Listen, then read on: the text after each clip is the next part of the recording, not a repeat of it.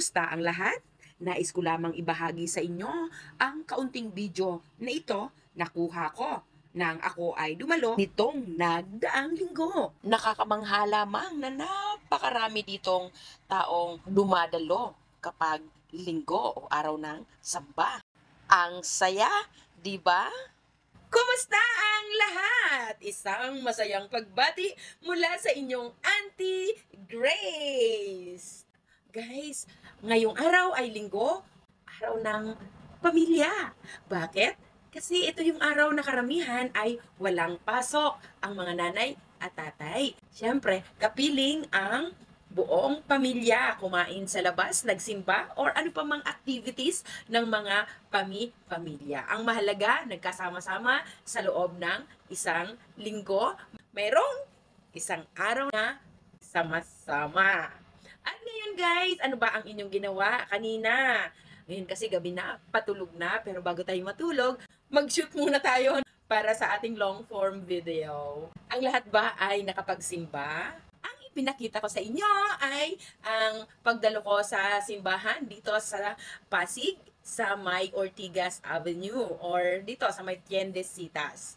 Masaya naman ang ating linggo. Kayo ba ay nakapagsimba rin? But anyways, guys, ang mahalaga tayo ay nagkasama-sama ng ating mga kanya-kanyang pamilya. Tsaga ng akin, ako ay single since wala naman akong family with me na kasi mag-isa akong namumuhay. Ano ang aking ginagawa? I go to church kung dito man ako sa Pasig with friends. Layo naman ako sa aking mga kamag-anak. Kumbaga, ang inyong auntie ay namumuhay mag-isa. Nawa ang lahat ay mayroong masayang linggo na nagdaan ngayong araw. Bukas, pag-umpisa ng ating susunod na isang linggo na naman, ay meron tayong kalakasan, masaya, at bubuuin ito ng isang linggo na namang trabaho.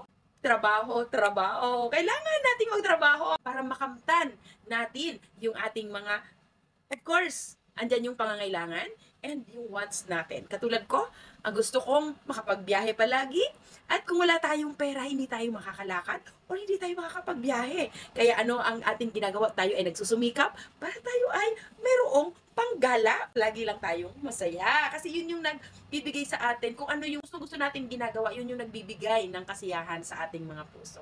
So, ganun din kayo guys, nawa ang bawat isa ay mayroong ganong damdamin na nakakapag recharge, kumbaga. Ang nakakapagpa-recharge sa akin usually is gumala.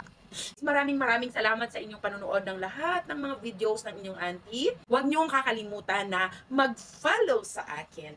At yung mga video, mag-react po kayo dyan, like or heart react kayo. And then, syempre, kailangan natin yung komento nyo para nakakapag-usap-usap tayo ng puso sa puso.